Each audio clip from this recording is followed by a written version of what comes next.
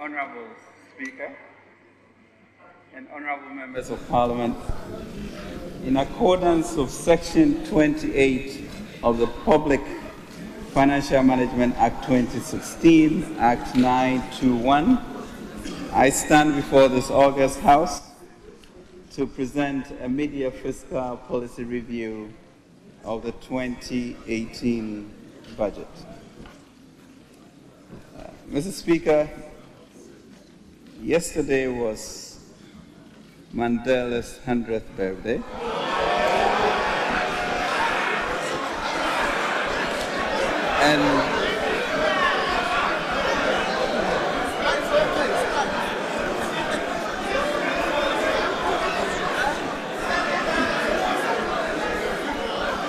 And the President of the Republic gave a sterling speech, and it will be befitting to remind us of his words. We must recognize that the world is hungry for action, not words. Let us act with courage and vision. And the Holy Book also says, the Lord did not give us a spirit of timidity, but of power, love, and self-discipline. Mr. Speaker, it is also fitting to remember Honorable G.H. Mensah, a stalwart in the economic transformation of our country. We have not seen a more exemplary finance minister in the life of this republic. May his soul rest in peace. Mr. Speaker,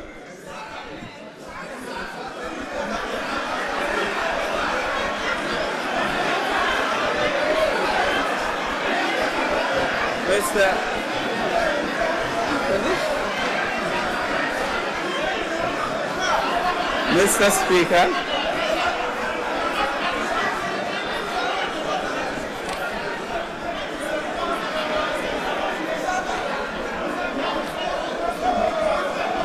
Mr. Speaker, let us also remember our former Vice President,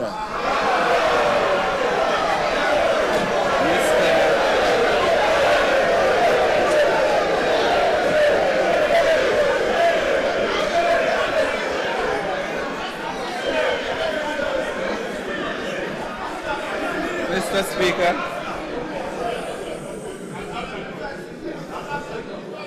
let us also, with decorum, remember our former Vice President, who also was at the Ministry of Finance. May his soul indeed also rest in peace. Mr. Speaker,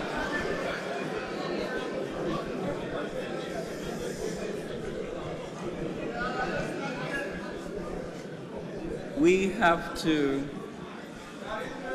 speak with one language if we are to execute this transformation that we all seek. For indeed,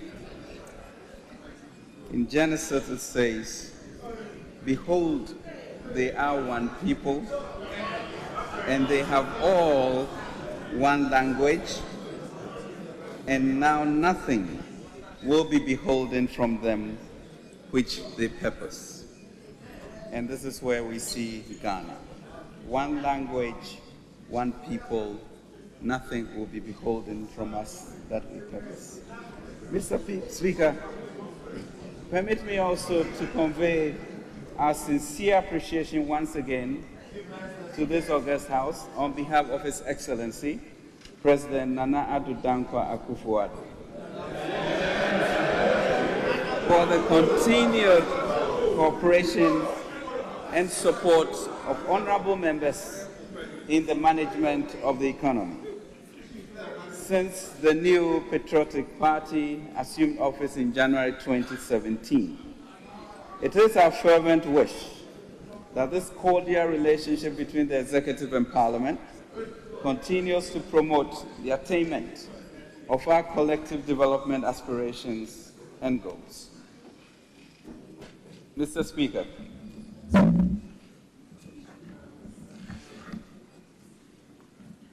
this presentation is an abridged version of the 2018 mid-year fiscal policy review, and I would like to request the Hansa Department to capture the full text of the mid-year policy review of the 2018 budget statement and economic policy. Mr. Speaker, on 15th November 2017, I came to this august House and presented a report on our continued efforts to resolve the many economic challenges we face and our strategies to improve the socio-economic conditions of our people as part of the 2018 budget statement. As you may recall, in April 2015, the NDC government had sought and received approval to bring in the IMF to redeem them from the economic distress they had put the country into. Mr. Speaker, in October 2016, after 1.5 years under the program, this was the IMF assessment of their performance. Economic outlook remains difficult, and fiscal challenges are mounting. The growth outlook for 2016 and 2017 has weakened. Revenues are underperforming, and the deteriorated financial situation of some SOEs in the energy sector is posing fiscal risks. The authorities will cut spending to offset revenue shortfalls and have taken steps to address the financial situation of SOEs, including with new levies on petroleum products. Domestic revenues are underperforming, reflecting lower than expected projected oil prices, weak economic activity with lower business profits and personal incomes, as well as lower than expected revenue impact from several measures implemented so far.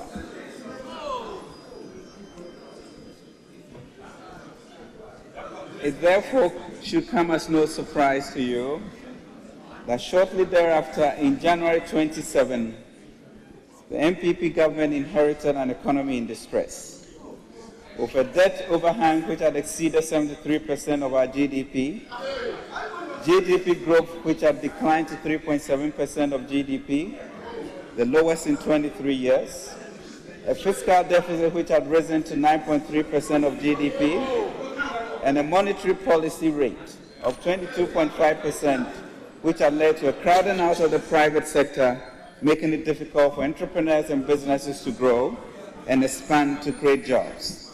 That IMF program had essentially derailed, Mr. Speaker. Mr. Speaker, the government managed to bring the program back on track, and after 1 year of managing the economy, the same IMF had this to say in April 2018, and I quote, "Implementation of the ECF supported program has significantly improved in 2017. Growth has rebounded, the fiscal deficit has declined, leading to a primary surplus for the first time in 15 years. The external position has strengthened, generating a buildup of external buffers, and key steps have been taken to address fragilities in the financial sector. Reforms should continue to entrench these hard-won gains."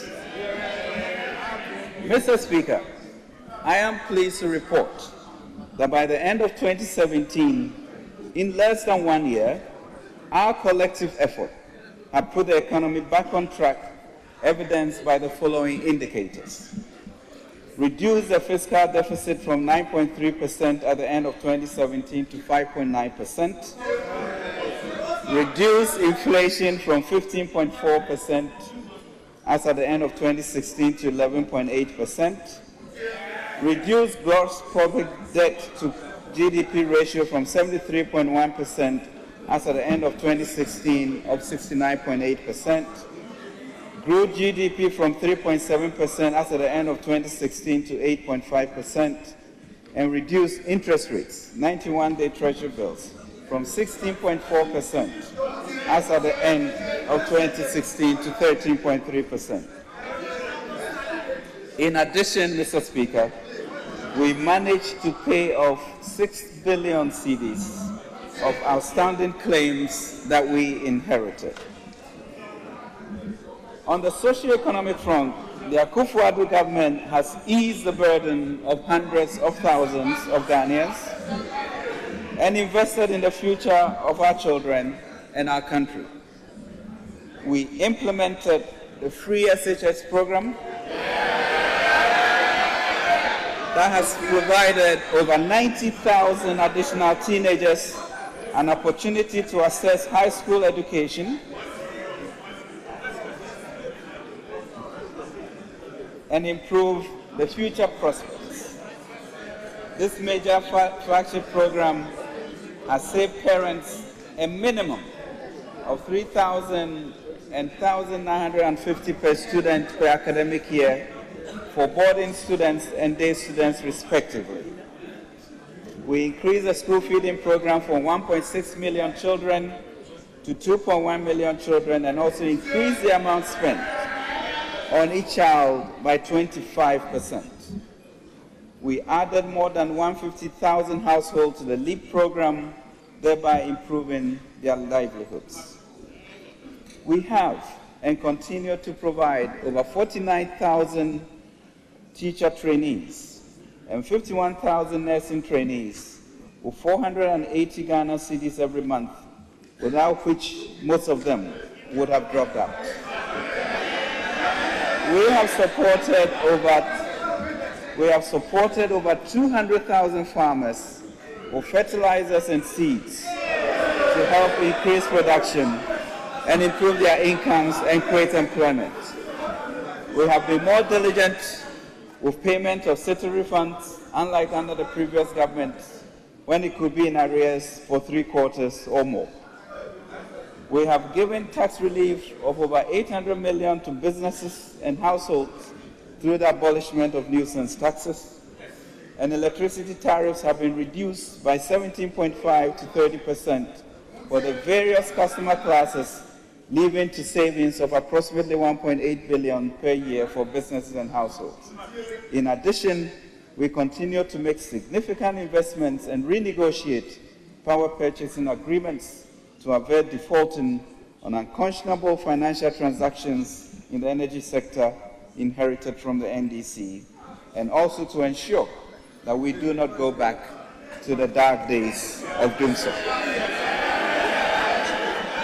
Mr. Speaker, after 7 years of agitation by public sector workers demanding that their pension funds be transferred to their schemes to be managed, we transferred the total amount of 3.0173 million, being the value of funds in the Temporary Pension Fund account, TPFA, and restored workers' pension funds to the 5 public sector pension schemes, something that the previous regime had been unable to do for 7 years. Mr. Speaker, that is how we have prudently utilized the very limited resources that we have had these last 18 months to stabilize the economy, invest in our people, and ease their heavy burden, which translates into real money in the pockets of fellow Ghanaians. As I indicated in the budget statement last year, it is always rewarding when you hear from numerous beneficiaries of these programs as they recount how these interventions have changed their lives. I have heard many more in the past 18 months, but also some difficulties facing our small indigenous contractors. We are, as such, taking steps to clear the rest of the outstanding validated claims on the government. Mr. Speaker, as a country, we continue to face many challenges that we must address. These include low domestic revenue mobilization, illicit financial flows, impact of recent oil price increases, the high and increasing wage-to-tax revenue ratio, currency volatility, relatively high debt burden and the related interest expense, and the sticky bank lending rates. Mr. Speaker, in spite of these domestic and international headwinds, we have competently managed the economy and put in place structures to build a robust and resilient economy for sustainable growth. Mr. Speaker, provisional first quarter GDP estimates indicate that the real GDP grew by 6.8% for the first quarter of 2018 compared to 6.7% for the same period in 2017. The non-oil GDP grew by 5.4%, up from 4% during the same period in 2017. The fiscal performance for January to May 2018 shows that both revenue and expenditures were below their respective targets, but the shortfall in revenues, 1.4 billion, was much greater than the shortfall in expenditures, 797 million, leading to a fiscal deficit of 2.6% of GDP compared to a target of 2.4%.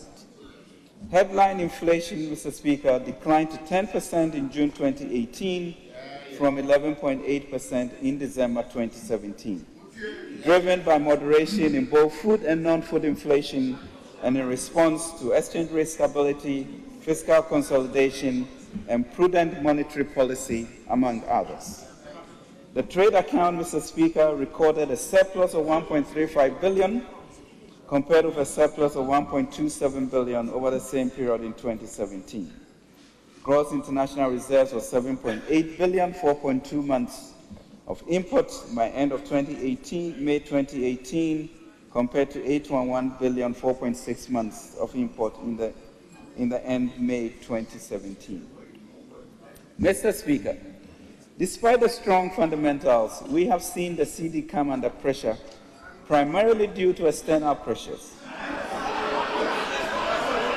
In fact,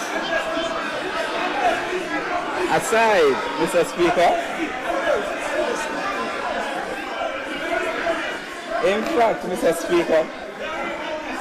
aside from the short transitory volatilities recorded in June this year, the average performance of the dollar has been one of the best in recent years. Mr. Speaker, the performance of the Ghana cedi during the 18 months of the Akufo-Addo government has been impressive if compared with the last 6 years. These are the facts. The year-on-year depreciation of the Ghana cedi against the US dollar stood at 4.9% in 2017. It was 9.7% in 2016. It was 15.7% in 2015. It was 31.3% in 2014 and 17.5% in 2015. A further interrogation, Mr. Speaker, of the data from Bank of Ghana showed that the depreciation of the first half, 6 months of 2018, has been the best since 2012.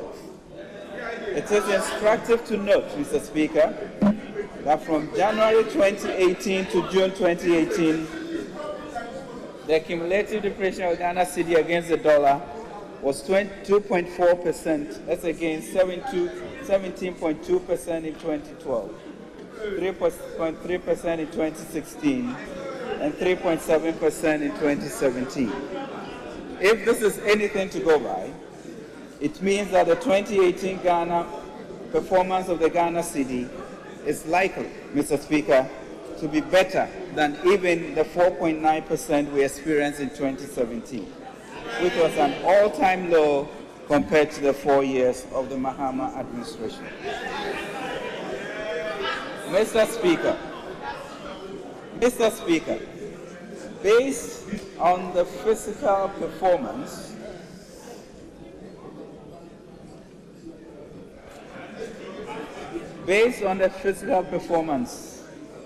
of the economy,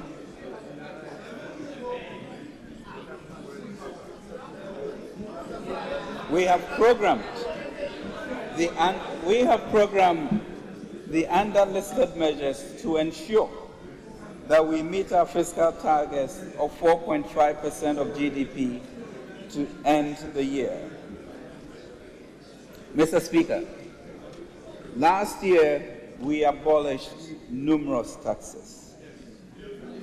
The scale of tax reductions had never been implemented in the 60 years of Ghana's economic history since independence. The evidence shows that the economy has responded positively to these tax cuts. What is also clear to us, Mr. Speaker, is that we are not collecting as much as we should.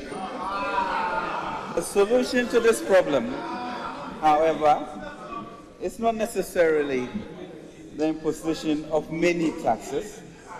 We must first make sure that we do four things: ensure compliance with existing tax laws, plug the leakages in the assistance system, ensure value for money for the expenditures that government undertakes, and ensure, Mr. Speaker, that the wealthy also pay their fair share. Beyond this, Mr. Speaker, any taxes should be to elicit socially desirable outcomes, such as a better environment in this regard. I would like to inform the House, Mr. Speaker, that there will be no increase in VAT.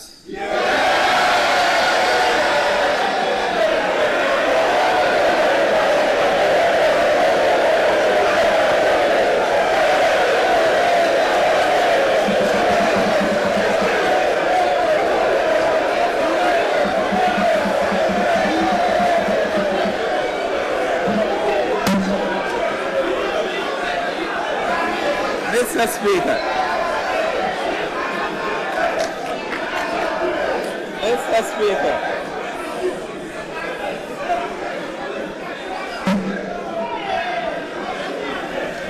Mr. Speaker,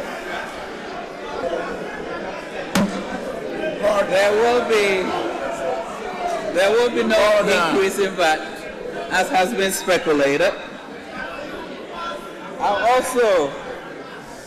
I would also like to advise our friends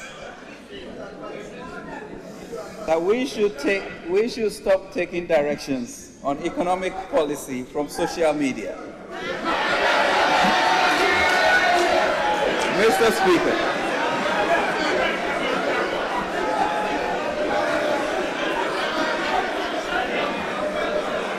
Mr. Speaker, so the measures for this year to ensure that we meet our fiscal deficit target of 4.5%, to ensure that we exit the IMF program.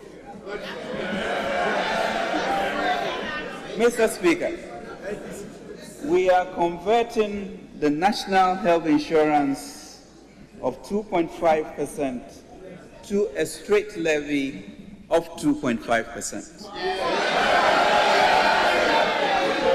Mr. Speaker, we are converting the GED Fund value-added tax rate of 2.5% to a straight levy of 2.5%.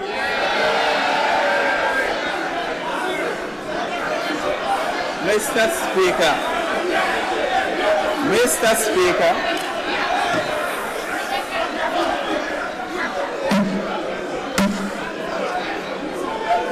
Mr. Speaker,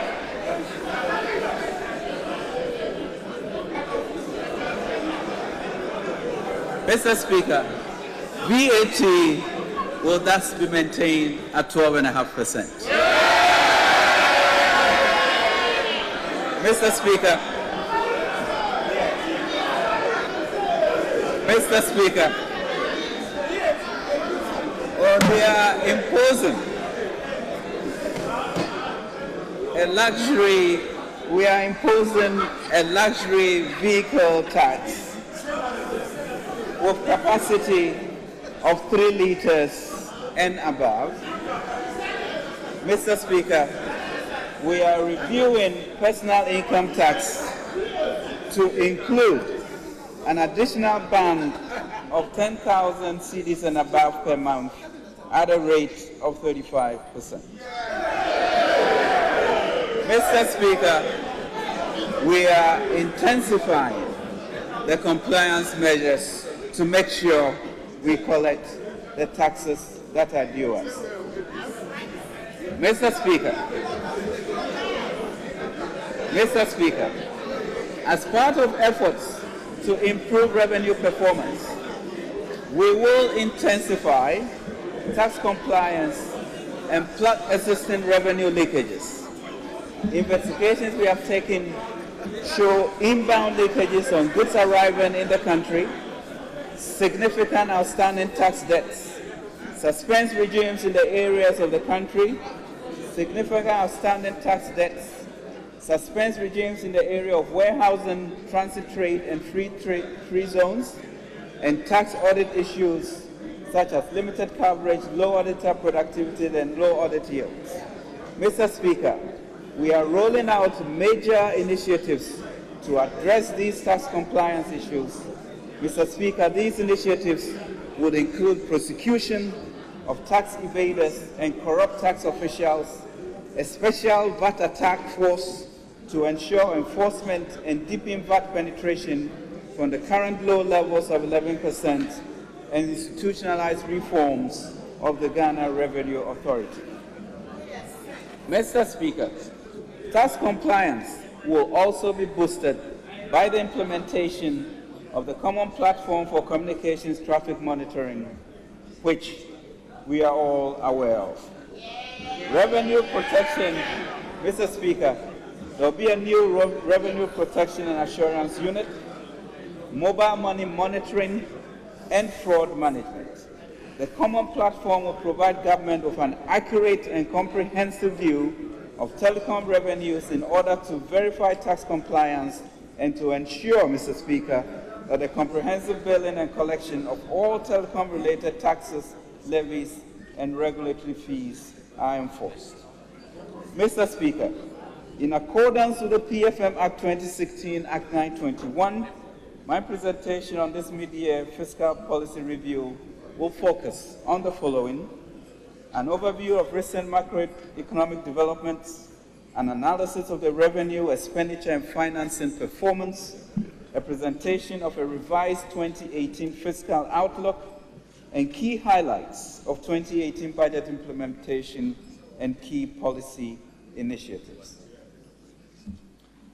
Mr. Speaker, at the time of presenting the 2018 budget to this August House, we provided information on macro-fiscal developments for the first 9 months of the 2017 fiscal year.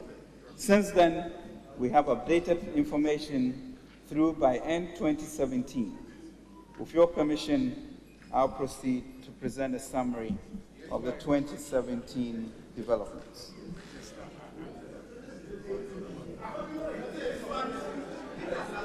Mr. Speaker,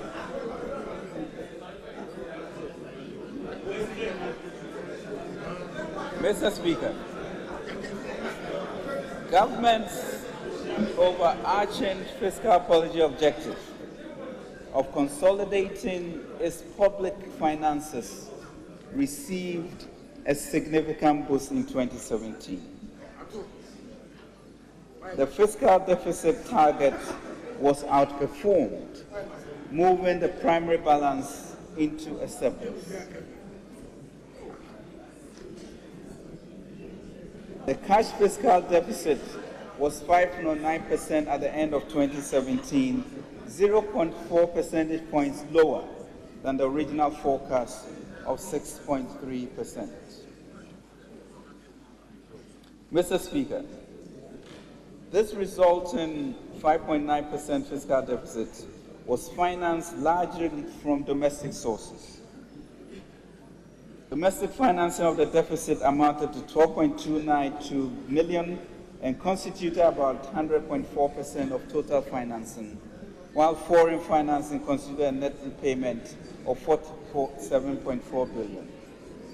Mr. Speaker, The reduction in the fiscal deficit led to a primary surplus of 1.3 billion against a targeted surplus of 464 million, a key factor in the decline in growth of the public debt in 2017.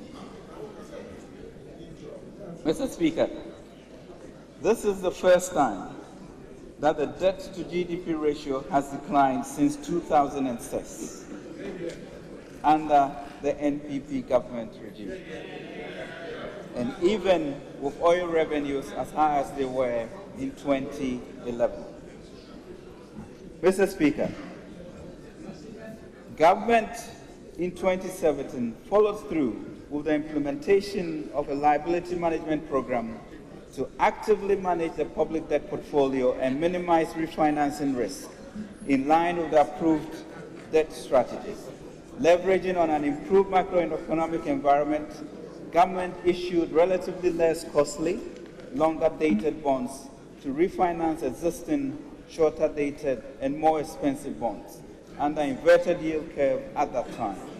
Consequently, the tenor of domestic debt was extended to the longer end with an amount of 4.2 billion. Updates on macroeconomic developments in 2018.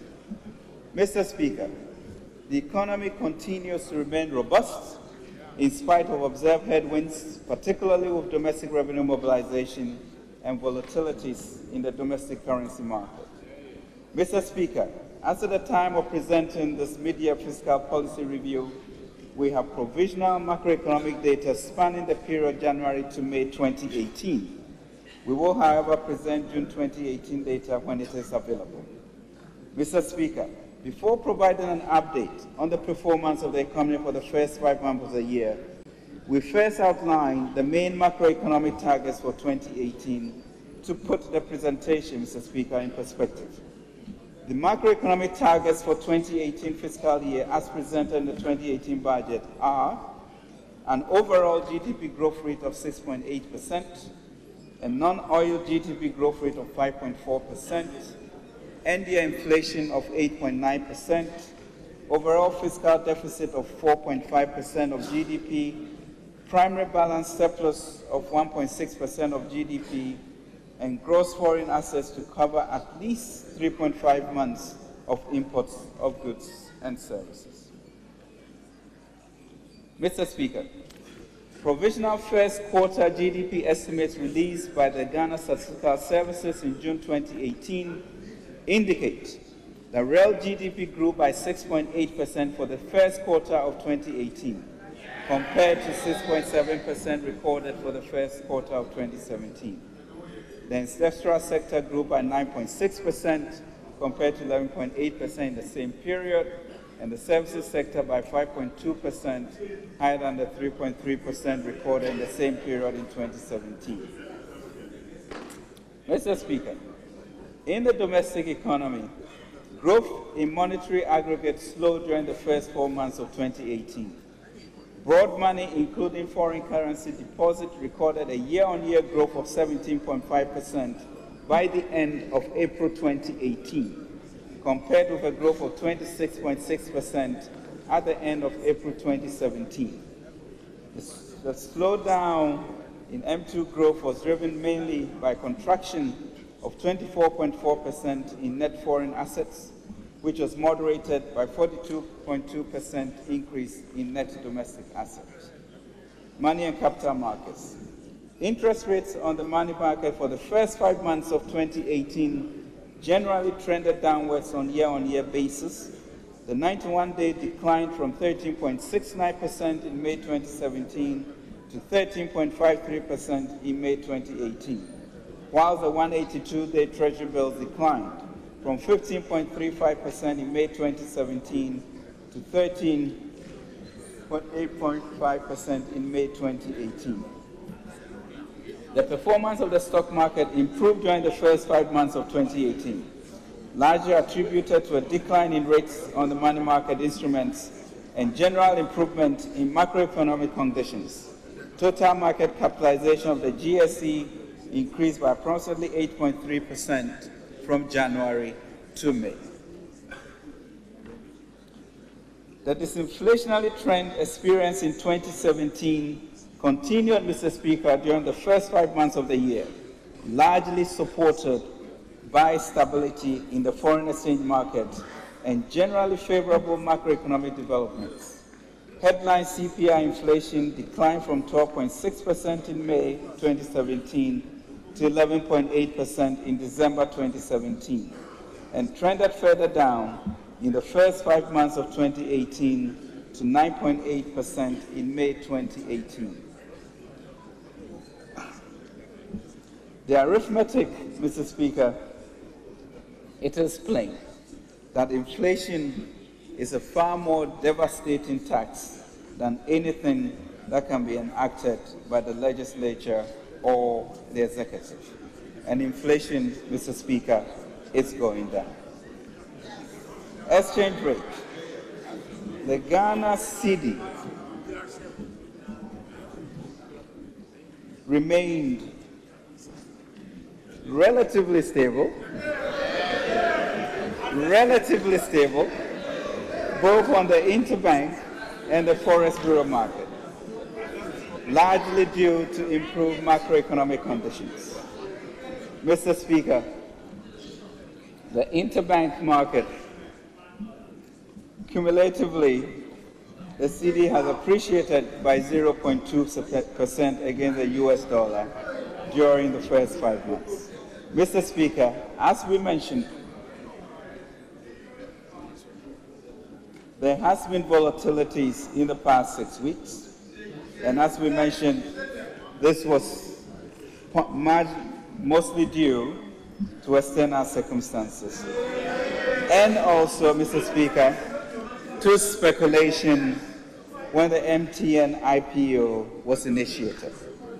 Mr. Speaker, the Bank of Ghana has made appropriate interventions, and we are confident that the cedi will be stable through the year. Mr. Speaker, our confidence in this is shown by the provisional trade balance for the period January to May 2018, which recorded, Mr. Speaker, a surplus of 1.354.89 billion, 6.6% higher than the surplus of 1.27 billion recorded during the same period in 2017. The improvement in trade balance was as a result of higher export earnings driven by oil and non-traditional exports, which outweighed the value of imports.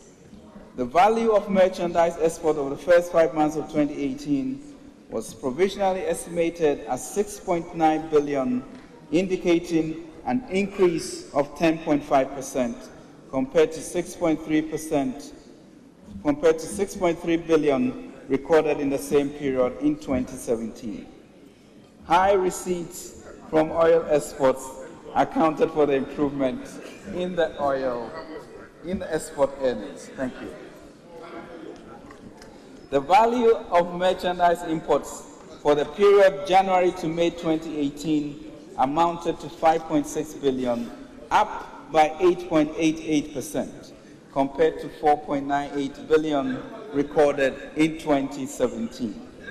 The increase in imports was as a result of an increase in both oil and non-oil imports. The stock of net international reserves, Mr. Speaker, at the end of May 2018 was estimated at 4.6 billion, indicating a buildup of 127 million from a stock position of 4.5 billion at the end of December 2017. The country's gross international reserves increased by 280 million to 7.8 billion from a stock position of 7.6 billion at the end of December 2017. This was sufficient, Mr. Speaker, to provide for 4.2 months of import cover.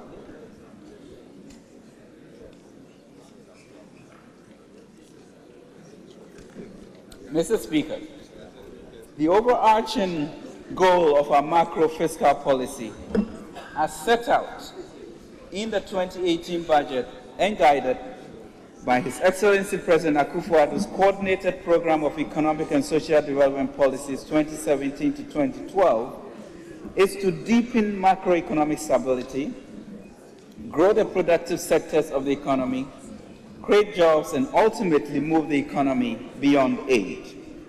Mr. Speaker, to achieve our fiscal objectives, the fiscal deficit has been set as a primary anchor and aims to reduce overall fiscal deficit from 5.9% of GDP recorded at the end of 2017 to 4.5%. Sustain a primary surplus of about 1.6% of GDP, ultimately leading to a decline in the rate of debt accumulation. Continued fiscal consolidation is expected to be achieved through improvement, Mr. Speaker, in domestic revenue mobilization and other stricter spending controls and rationalization. Summary of 2018 fiscal performance, January to May. Mr. Speaker, provisional data for the period indicates that total revenue and grants amounted to 17.4 billion, 7.2% of GDP, against a program target of 18.8 billion, 7.8% of GDP.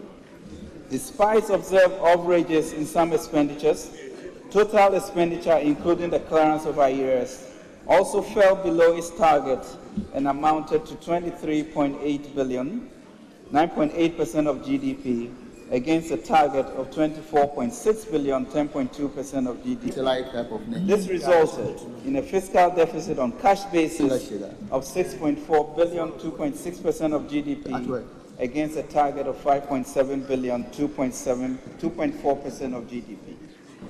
Total realized inflows from petroleum receipts amounted to 2.1 billion, 36.3% higher than the program estimate of 1.5 billion. This includes corporate income tax arrears from oil of about 373.5 million for the period. Mr. Speaker, the shortfall in non-oil tax revenue is mainly as a result of lower than anticipated reported MDA's retention from non-tax receipts. It is important, however, to note that the modest inflow from the yield from NDA's IGF capping of about 5.6 million or 7.2% of the program target of the Ghana 77.7 million was realized for that period. Mr. Speaker, total government expenditure, including arrears clearance, amounted to 23.8 billion, 9.8% of GDP, and constitutes 38.3% of the annual budget target. Although the outturn was 3.2% lower than the program target of 24.6 billion, moderate slippages were observed in the wage bill, 279.6 million, and goods and services, 134.1 million.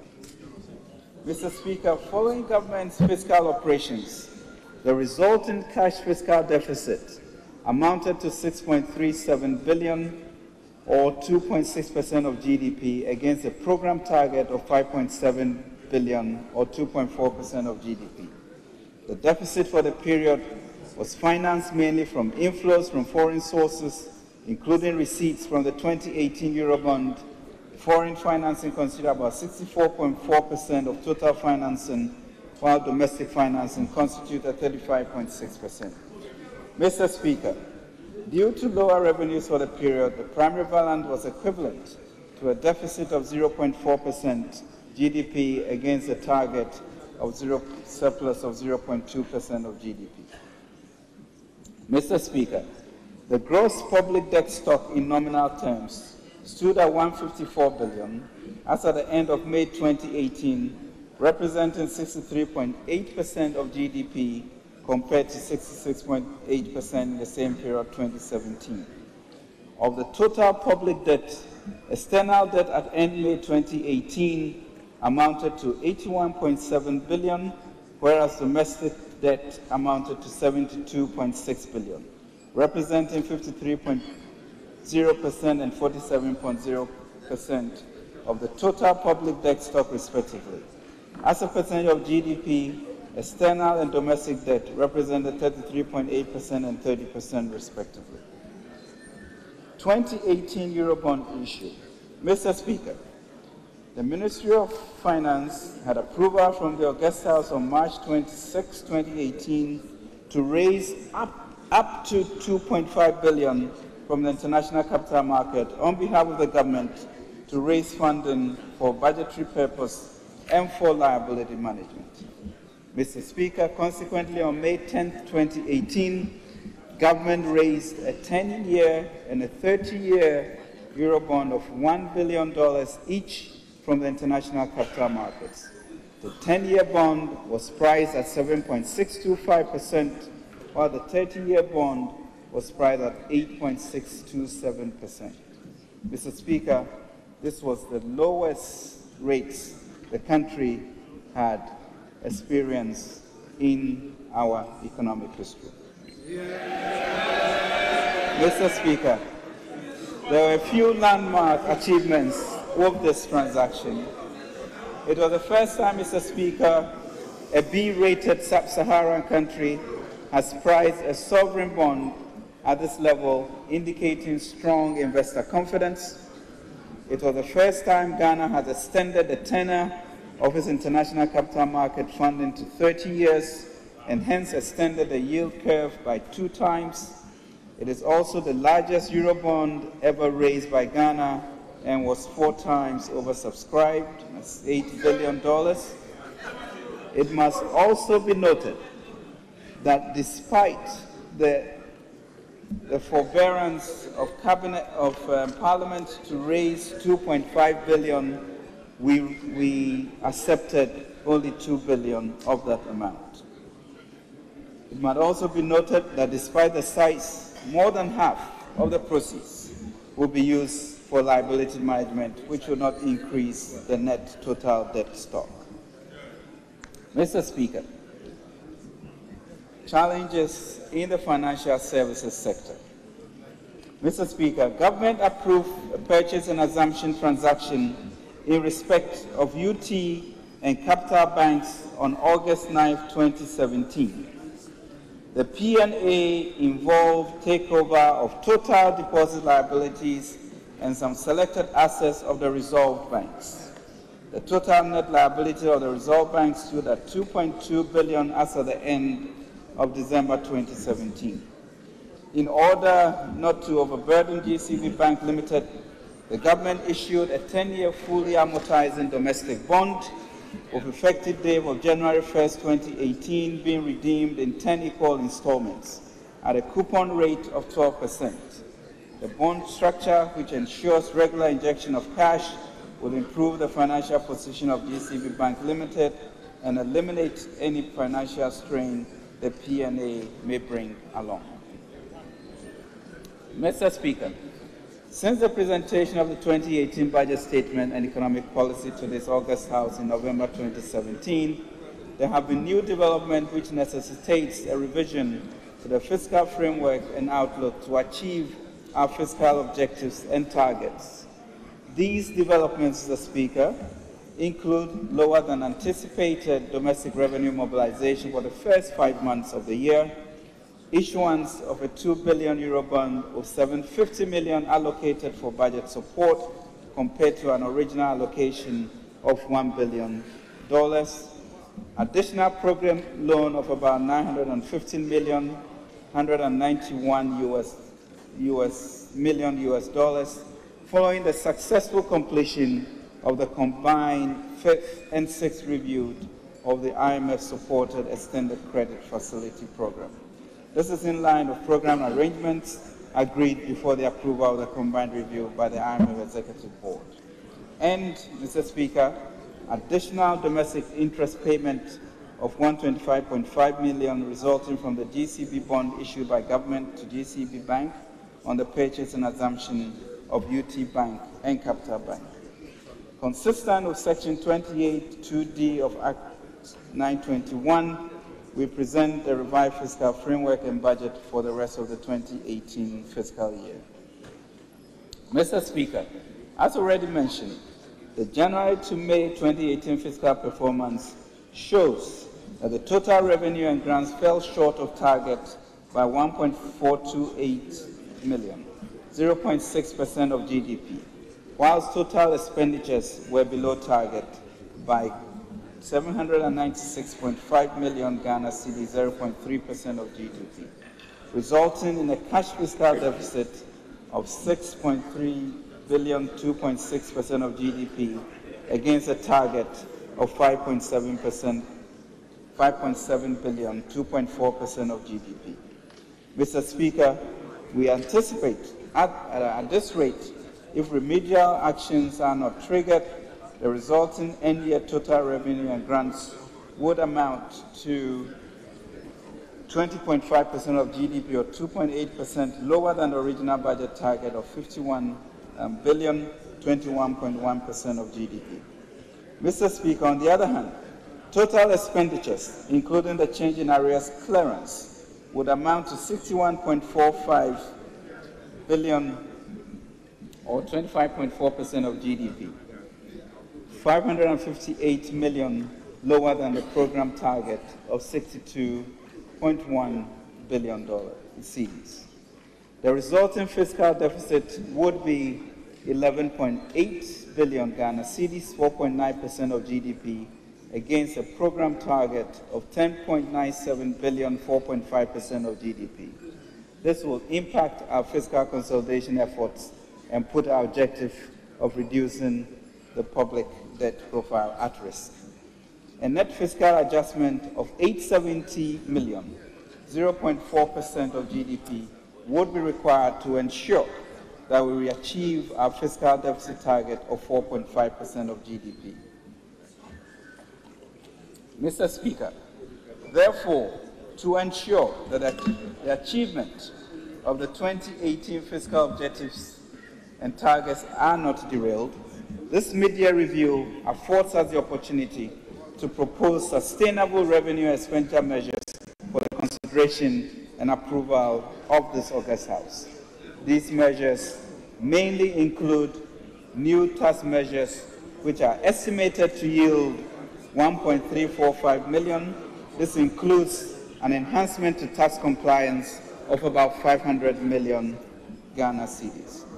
A downward adjustment in discretionary expenditures also of about 664 million Ghana cedis. Mr. Speaker, consequently, the revised fiscal outlook for which budget implementation will be guided by for the remainder of the 2018 fiscal year indicates that total revenue and grants would amount to 50.686 billion, or 0.7% lower than the original 2018 budget estimate of 51.039 billion. Mr. Speaker, the achievement of this revised revenue amount of 50.7 billion is contingent on approval of our proposed revenue measures by this August House. Mr. Speaker, total expenditures, including arrears clearance, has also been revised downwards from 62 billion to 61.7 billion. The key revisions to expenditures include 279 million upward adjustment of wages and salaries, 664 million downward adjustment to domestically financed capital expenditure. Mr. Speaker, these revisions in our fiscal operations are prudent and expected to safeguard the fiscal deficit targeted at 4.5% of GDP. Financing of the deficit will comprise a net foreign financing of 4.7 billion Ghana cedis and total domestic financing of 6.3 billion Ghana cedis. Of the net foreign financing amount, borrowing from foreign sources, including the 2018 Eurobond, would amount to 9.97 billion, while amortization will remain as programmed at 5.3 billion Ghana cedis. Mr. Speaker, the total domestic financing amount of Ghana's 6.3 billion includes net domestic market operations of 6.7 billion, other domestic financing of 4 billion, and deposit build-up from the petroleum sinking and contingency funds of 2.986 billion Ghana cedis. Mr. Speaker, the resulting primary balance on the adjustment in revenue, expenditure, and financing is a primary surplus equivalent to 1.9% of GDP, higher than the original target of 1.6% of GDP. government has since 2017 removed taxes that were inimical to production or increased the cost of production. Domestic revenue mobilization reforms are being carried out in the areas of automation of systems, process improvement, and change in culture. In the long run, the various initiatives in these areas will build the systems and institutions for revenue mobilization and improve the trend in Ghana's revenue to GDP. As part of the overall strategy to improve revenue mobilization, a number of measures to enhance compliance were introduced in 2017 and now in 2018. These measures are being revamped and additional revenue measures introduced to ensure that government meets the 2018 targets. Mr. Speaker, as part of efforts to improve revenue performance, we will intensify our tax compliance and plug existing revenue leakages. Mr. Speaker, compliance will be continued. We will have a special VAT attack force to ensure enforcement and deepen VAT penetration from the current low level of 11%, with institutional reforms also at GRA. Experts, Mr. Speaker, have been contracted to work alongside GRA staff to conduct forensic audits of companies in priority sectors and undertake audits of multinational enterprises to recharacterize transactions that are the result of transfer pricing activities for the appropriate taxes to be levied. The Ghana Revenue Authority, in conjunction with the relevant state organizations, would embark, Mr. Speaker, on an exercise to prosecute and retrieve all government revenues that have been held in abeyance or evaded due to tax evasion or malfeasance. Mr. Speaker, a campaign commenced in April 2018 to increase the number of tax identification numbers registered persons, encourage the voluntary filing of tax returns, and a general amnesty for taxpayers who voluntarily register, file returns, or pay outstanding arrears. The GRA will intensify education to enable as many taxpayers as possible to take advantage of this window. Mr. Speaker, TIN numbers have increased from 14,000 given in April 2018 to 112,000 given in June 2018, making a total of 1.4 million new TIN registers. Mr. Speaker, we will be introducing and implementing a new cargo tracking system for all imports, including transit cargoes into Ghana. This is aimed at closing the reported gap between Ghana customs and trade partners.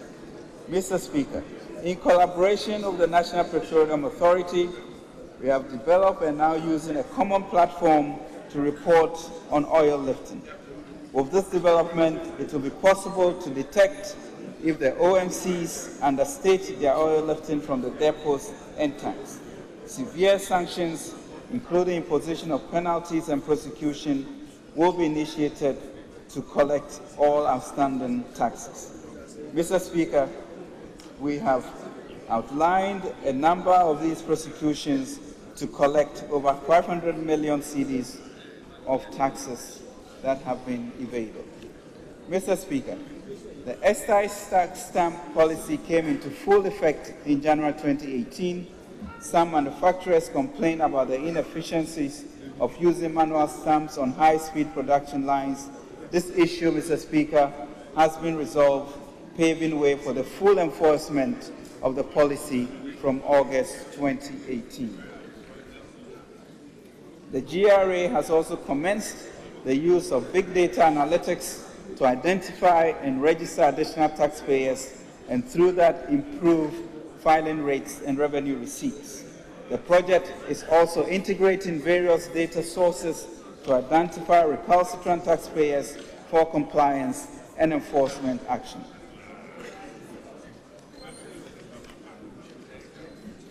tax policy measures. Mr. Speaker, government proposes to introduce a luxury vehicle levy on vehicles with engine capacities of 3 liters and above. The levy will be paid on first registration and subsequently at annual renewal. Commercial vehicles will be exempted. Commercial vehicles will be exempted from this policy. High net worth income tax. Ghana currently has 5-band graduated income tax rate for individuals. Government will introduce an additional band to make the rates more equitable in line with best practice. A 35% tax will be applied to incomes over 10,000 Ghana cedis per month.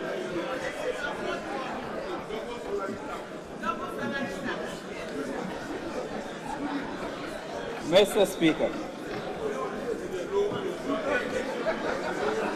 as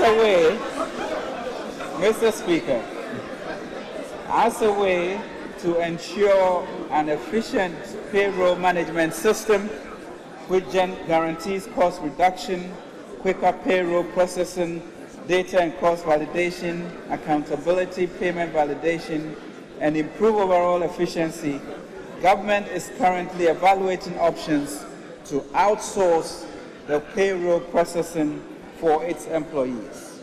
Mr. Speaker, outsourcing government payroll is aimed at addressing the public sector wage bill and its crowding out effect on public expenditure. The overall goal is to achieve the convergence criteria of 35% wage bill to tax revenue in the West Africa Economic and Monetary Union from the current 48%. Mr. Speaker, the internal audit function in the public sector needs to be restructured and strengthened to play its role in the fiscal consolidation efforts of government. The current law and structure of the internal audit agency does not empower it to effectively supervise, manage, and regulate the practices of internal auditing in the public sector. Mr. Speaker, the following measures are being pursued to restructure and re-engineer the practice of internal auditing to enhance public financial management in Ghana. Restructure IAA to function as a department of the Ministry of Finance, and the Internal Audit Department will then be the internal auditor of government, with all internal audit units in MDAs and MMDAs directly under its control and management. This will help, Mr. Speaker, to align the activities of internal auditing to national financial priorities and strategies set by the Finance Ministry. The medium-term revenue policy. Mr. Speaker, the Ministry is putting together a medium-term revenue policy that would outline revenue reforms targeted at ensuring that there is adequate revenue to fund government programs. The policy is expected to inform revenue measures for the 2019 budget and beyond. Subsequent to the policy, Mr. Speaker, will be the development of a medium-term revenue strategy to act as a vehicle for the implementation of the policy. The proposed measures will feed seamlessly into the policy and strategy. Mr. Speaker, updates on key policy initiatives. Mr. Speaker, having gone through the macroeconomic performance the first half year, please permit me to also provide you the update on the flagship projects and programs in the 2018 budget. Mr. Speaker, we crafted our policies and strategies to ensure that we accelerate growth and development, at the same time leave no one behind. Thus, we are implementing a myriad of growth-enhancing, job-creating, and social intervention programs to better the lives of the people of Ghana, as well as to achieve relevant SDGs. Planting for Food and Jobs Program. In the 2018 budget, a total sum of 700 million was allocated for the implementation of the program, out of which 366 million has been released to fund various components of the program. 30 new warehouses were equipped with seat cleaners, dryers, and weighing scales are being constructed in strategic districts in Ashanti, Buno, Volta, Northern, Upper East, and Upper West regions. Evaluation of bid is completed for the construction of the warehouses. Additionally, the program received a boost from 216 pickups and 3,000 motorcycles and protective clothing. These were distributed to the district agriculture departments and agriculture extension agents across the country. Mr. Speaker, Infrastructure for Poverty Eradication Program. The main vehicle for delivering the IPEP, the 3 development authorities, Mr. Speaker, have been established and their governing boards inaugurated. This is great news for the program, as the IPEP project would then become more decentralized. For the implementation of the program, commencement certificates amounting to 548 million have so far been issued out of the approved budget of 1.2 billion. This has paved the way for the following projects to be implemented: construction of 1,000 community-based limited mechanized solar-powered water systems, construction of 50,000 metric ton prefabricated warehouses, construction of 570 small dams and dugouts in the 3 northern regions, 1 village, 1 dam, construction of 1,000 10-seater water closet institutional community toilets and mechanized boreholes and solar panels. Mr. Speaker, to date, the Ministry of Trade and Industry has received 781 expressions of interest, out of which 632 have been reviewed and 332 identified for financial support for factories in the districts. In order to attract more private sector investment in support of the 1D1OF program, Cabinet has approved incentive packages, including tax waivers, which will be presented to this August House for approval.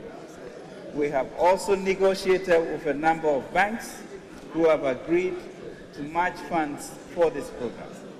Government, Mr. Speaker, will subsidize these loans to 1D1F beneficiaries over a 10% interest rate. In 2018, Mr. Speaker, Exim Bank was expected to provide an amount of 237 million to revamp distressed but commercially viable industries. The bank has disbursed, Mr. Speaker, the bank has disbursed 5.1 million to pharmaceutical and textile industries. The Universal Bank has also disbursed 2 million to the aluminium industry. Mr. Speaker, free SHS. Government continued with the implementation of free SHS program after takeoff in September 2017.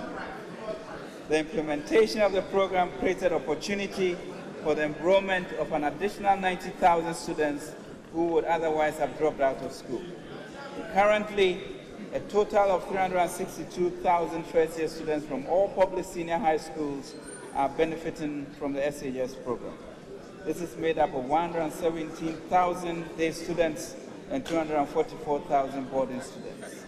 To date, Mr. Speaker, over 899 million has been released for the 2017-2018 academic year. In addition, sufficient allocation has been made in the 2018 budget to cover the first term of 2018 academic year. In order to address the challenges identified with the implementation of the program, 96,413 monodesks, 32,000 dining hall furniture, 3,000 tables and chairs for teachers, 12,953 bunk beds, 4,300 student mattresses, 5,100 computer laboratory chairs have been supplied to various senior high schools. Nation Builders Corps. The 2018 budget provided 600 million for the implementation of the program, out of which 300 million has been released to take care of the initial cost of the program.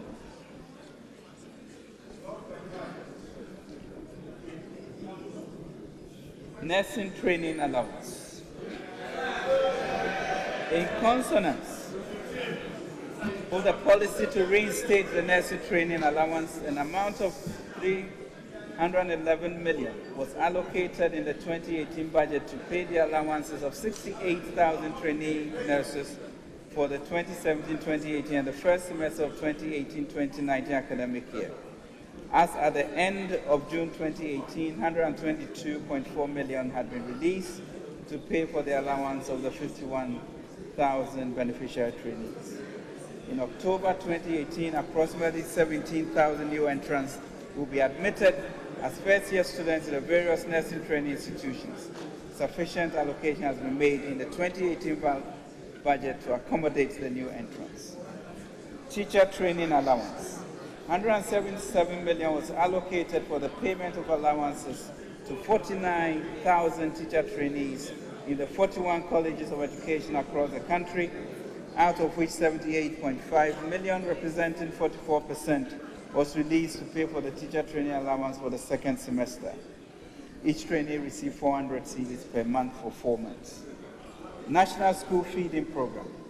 The National School Feeding Program engaged 8,000 new caterers and introduced new caterer contracting guidelines, which require caterers to purchase food items from local food partners.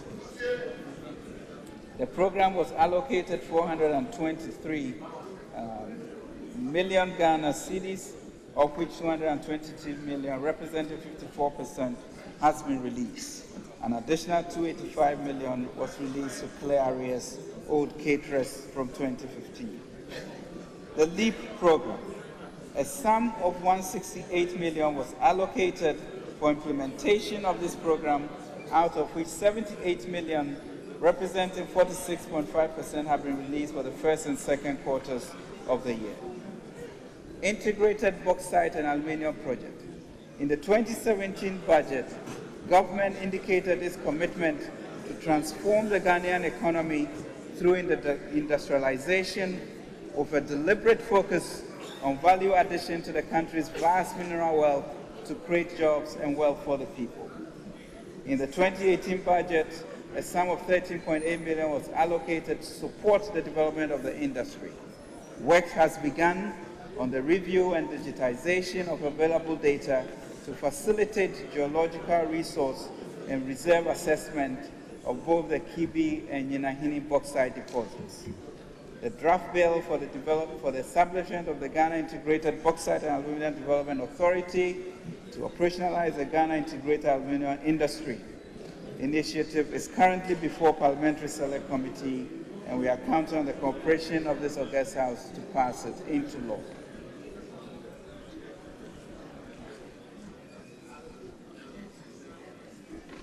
Mr. Speaker, the road sector. Mr. Speaker, works have started on the following projects.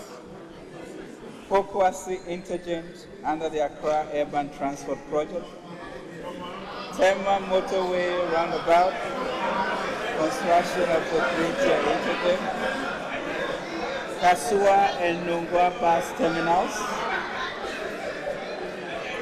As part of the Kumasi facelift, 17 contracts for West have commenced. Some of them include asphalt overlay in Manshia, Bantama, and on the road from Anoga Junction to Tech Junction. Some of the development projects completed over the period include construction of oil and gas enclave roads, construction of two-lane underpass to link Spintex and East Legon. Mr. Speaker, Ghana faces major infrastructure deficits in all areas, including roads, sanitation, hospitals. The deficit, Mr. Speaker, is in the region of at least $30 billion. While the need for a major investment in infrastructure has long been recognized, the challenge has been the inadequacy of financial resources to undertake the requisite investment. To bridge this gap, government is proposing a new model of financing Ghana's infrastructure requirements through the leveraging of our natural resources. In this regard, government has reached agreement.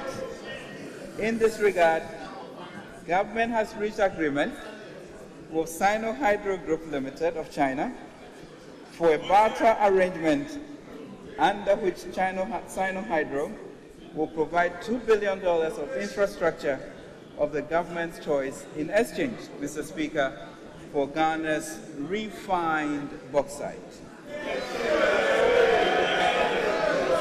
Ghana will establish a refinery within the next 3 years and select its own partner to undertake the refining of the bauxite.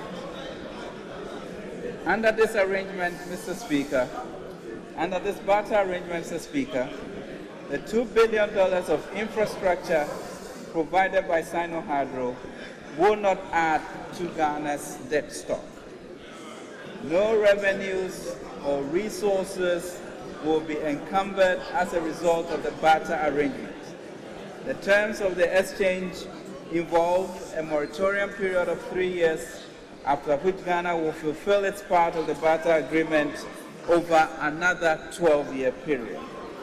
The moratorium period will give Ghana the time to establish an aluminium refinery. There will be at least 30% local participation in the project. The infrastructure to be provided under this barter arrangement includes roads, bridges, interchanges, hospitals, housing, rural electrification, etc.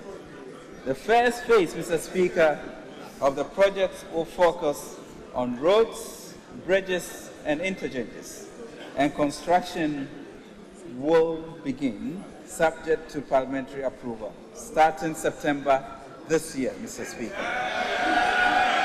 A lot of work has been done in preparation of these projects. The projects would include the following, Mr. Speaker.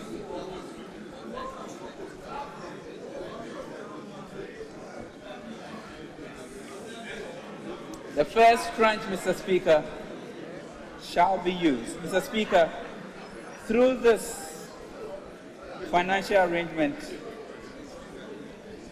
we will, Mr. Speaker, be able to pursue our infrastructure agenda through 2019 and 2020 without increasing our deficit or ruining the economy. The first tranche shall be used to finance the construction and or completion of key roads in all 10 regions. We are confident that this new initiative will be the catalyst for the transformation of our economy and the lives of our people. The key roads, Mr. Speaker, in the 10 regions, Mr. Speaker, includes the following.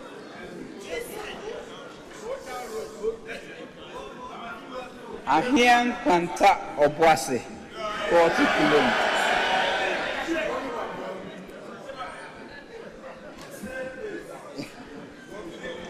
Ashanti Datano Ahukwa Suhenso. Ninahini Bauxite Road. That is Awiseso and Ninahi Chechere. Ashanti Manshia Submetro, Swami Submetro, Tafu Pankrano Submetro, Asoka Submetro, Wada So Submetro, Ofurikrum, Subin Submetro, Inshiaso, Bantama, Nampon Inner City, Atebubu Kwame Danso Kojokrom, Sunyani Inner Range, Sunyani Inner City, Brekum Inner City. New Abrem of Wase Akemoda, Kesikrum Adiambra, PTC Interchange, Takrade, Elubu Enchi, Kramakrom, Akontombra, Junasi Swona, Anglo, Kabunakwa, Christia Inner City, Awakrom, Amesano, Chofo Praso, Esikuma, Akotochira Road, Amomoma Area Roads, Abura New Community Road, Cape Coast Polytechnic, Apawa Sika Road, and other selected Cape Coast Inner City roads. Tamale Interchange,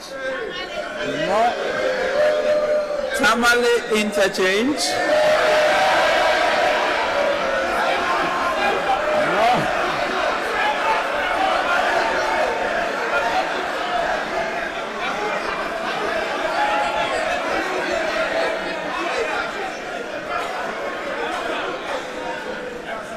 Northern and Upper West Pasenkwani Road, Laura Hantumu Road, Upper West Laura Dipe Bridge, Upper West Tutlega Sandema Wiase, Northern Bunkrubu Nagarego Road, Jasikan Dodo Pepiase Infanta.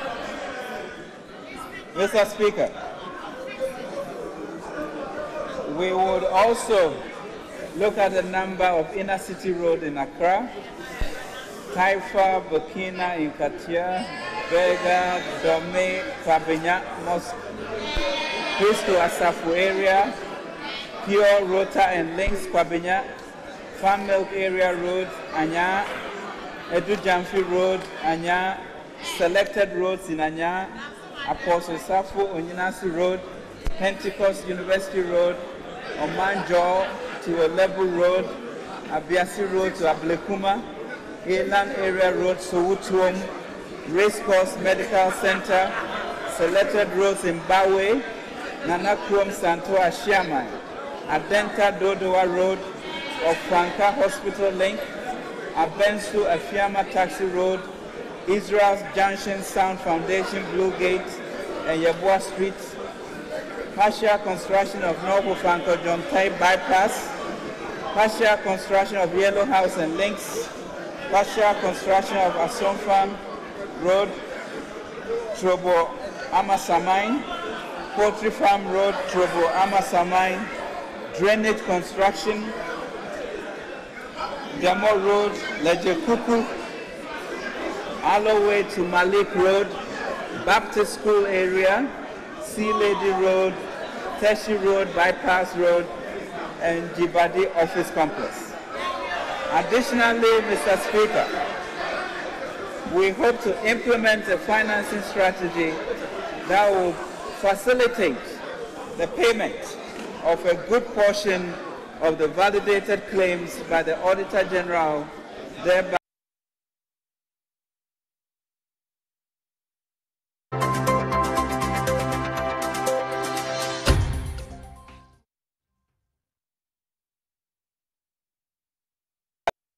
agenda to improve public mass transport. The Ministry of Transport has initiated a process for the acquisition of high occupancy buses for the 2 public bus companies. Government has procured 50 buses for Metro Mass Transit Limited. The first batch of 30 have been delivered and will soon be deployed into service. The additional 20 are expected to be delivered by the end of the 3rd quarter of this year. For the intercity SCT coaches, procurement process have been completed for the acquisition. Similarly, feasibility studies has been completed and the ministry has initiated steps to acquire 200 compressed natural gas buses and related infrastructure to improve transportation services. Railway sector. One of the major transformational programs of the Akufo-Addo government is to give to the country a modern nationwide railway network system for both passengers and cargo. Through competitive bidding, the Ministry of Railways Development has reached the final stage of procuring a strategic investor for the development of the Eastern Rail Line from Accra, Tema to Kumasi on a BOT basis of Ghanaian participation. Out of the 14 consortiums shortlisted, the preferred bidder will be chosen this year for work to begin. The Accra to Ouagadougou Rail Network, another BOT project, has 11 entities shortlisted for the procurement process. Honourable members, it appears the background noise is preventing us from hearing very clearly. This line will serve the eastern part of Ghana and will go through Ho, Hokoi, Yendi, Tamale, Bolgatanga, and Paka. Government, Mr. Speaker, will also continue with efforts to source concessionary facilities for the construction of the Kumasi to Tamale section of the Kumasi to Paga rail line and other export credit facilities for Accra to Cape Coast and Accra to Nsawam. Our approach is one of building an integrated infrastructural network to facilitate industrialization, trade, and urbanization across the country.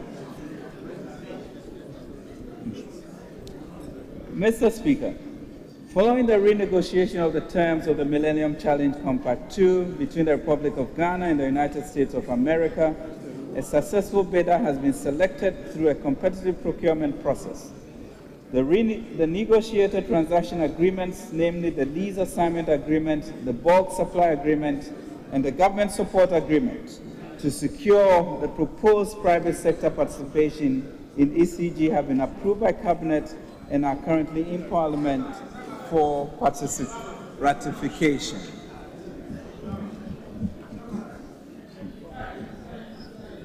Thank you.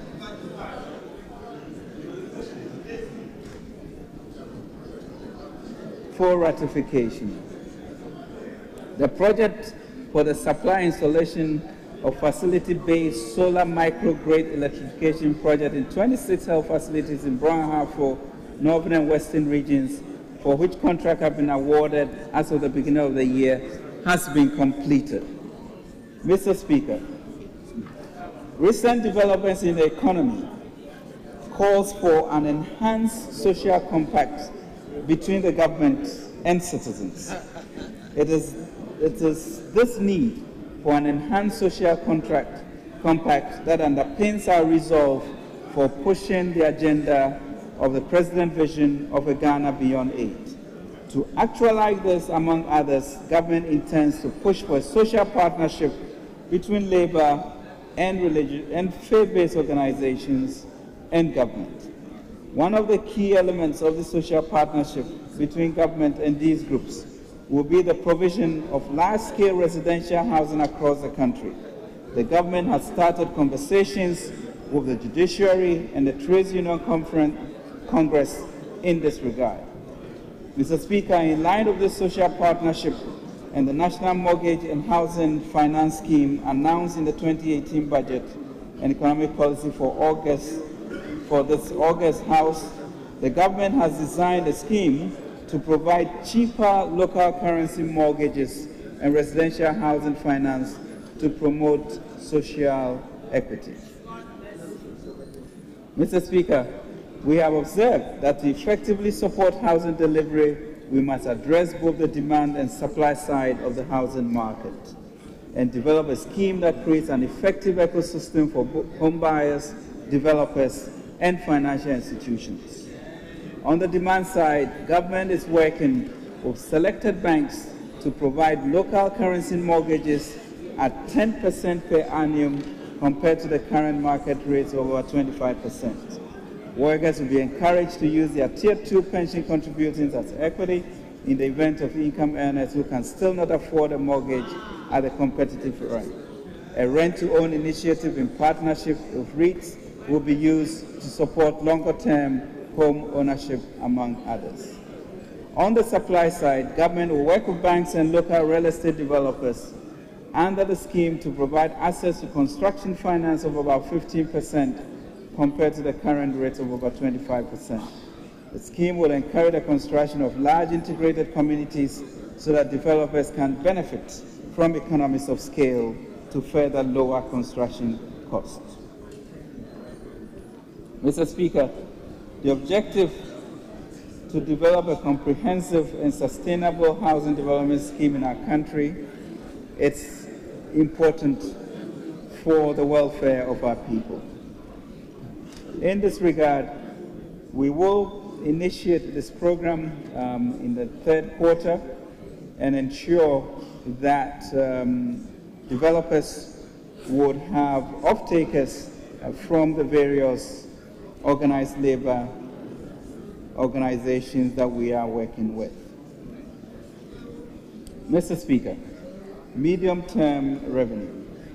The ministry is putting together a medium-term revenue policy that would outline revenue reforms targeted at ensuring that there is adequate revenue to fund government programs.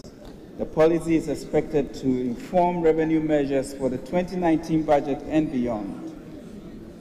Mr. Speaker, the proposed measures would feed seamlessly into the policy and strategy.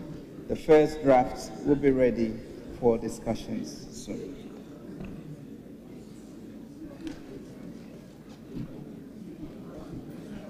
Mr. Speaker, government, in conclusion, is making significant strides in establishing a strong and prudent macroeconomic and development agenda on a solid foundation.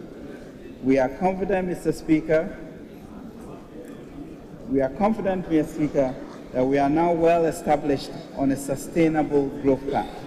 The initiatives we have undertaken are bringing greater clarity of our priorities, with emphasis on spending on growth-enhancing opportunities such as road and railroad development and the IPED.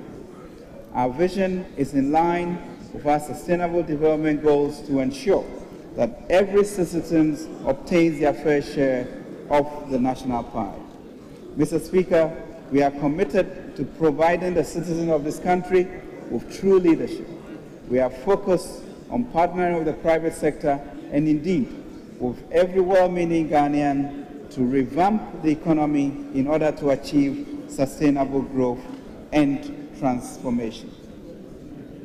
Mr. Speaker, my firm assurance to you and the entire nation is that the Akufo-Addo government has not wavered in the commitment we made to Ghanaians. We have spent the first 18 months in government fulfilling the major promises we made to invest in our people. The promise of free SHS we have fulfilled. The promise of restoration of teacher and nurses training allowance we have restored. The promise to keep the lights on and not to return to doing so we have fulfilled.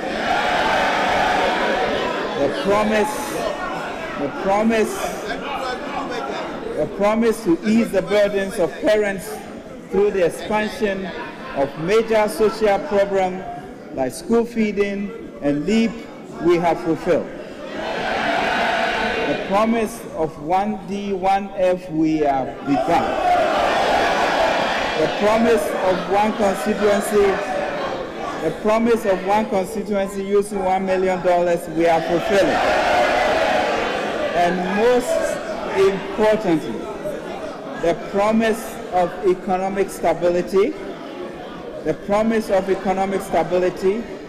to restore hope, to reduce taxes, to increase dignity and confidence of all Ghanaians we are fulfilling.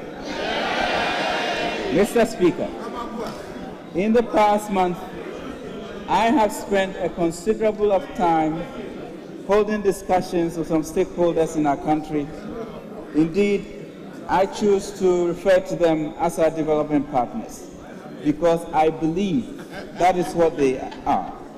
They include all the labor unions, business executives, traders, entrepreneurs, civil society organizations, think tanks, faith-based organizations, academia, traditional leaders, business leaders, both Ghanaian and foreign. We have begun, Mr. Speaker, a new conversation about how we can collaborate as a nation to develop this country. I have initiated these meetings to start a national dialogue, Mr. Speaker, on a new social partnership that places participatory development of our country as our collective goal. This is in line with the President's vision for a Ghana beyond aid, a social partnership, Mr. Speaker, that establishes what we call a wiser society, a wealthy and inclusive, a sustainable and empowered and a respected people, a wiser Ghana. At the end of this year, 2018, this new social partnership, then, Mr. Speaker, replaces the IMF as our trusted partners. Mr. Speaker, as difficult as it must be to take in, the way forward lies in all of us, Mr. Speaker, every single and adult Ghanaian putting our shoulders to the wheel and pushing forward as one. Our businesses must live up to their tax obligations, as many but not all do. Our revenue authority must grow greater discipline about the granting of exemptions and the plugging of loopholes that plague the system.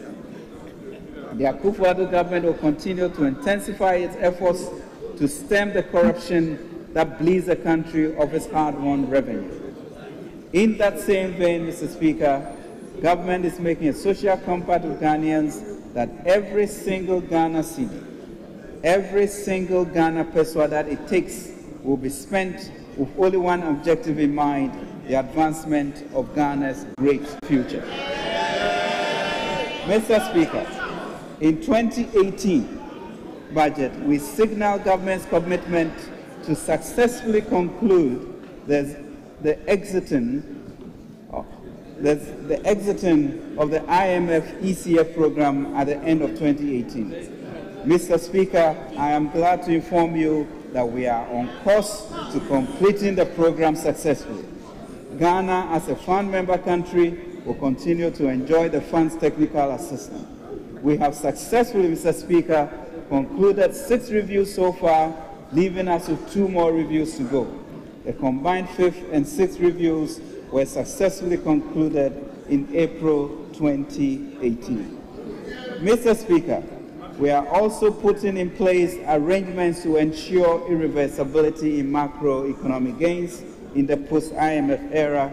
We are, as I mentioned, in discussions for a social partnership which will see all of us paddling in one direction.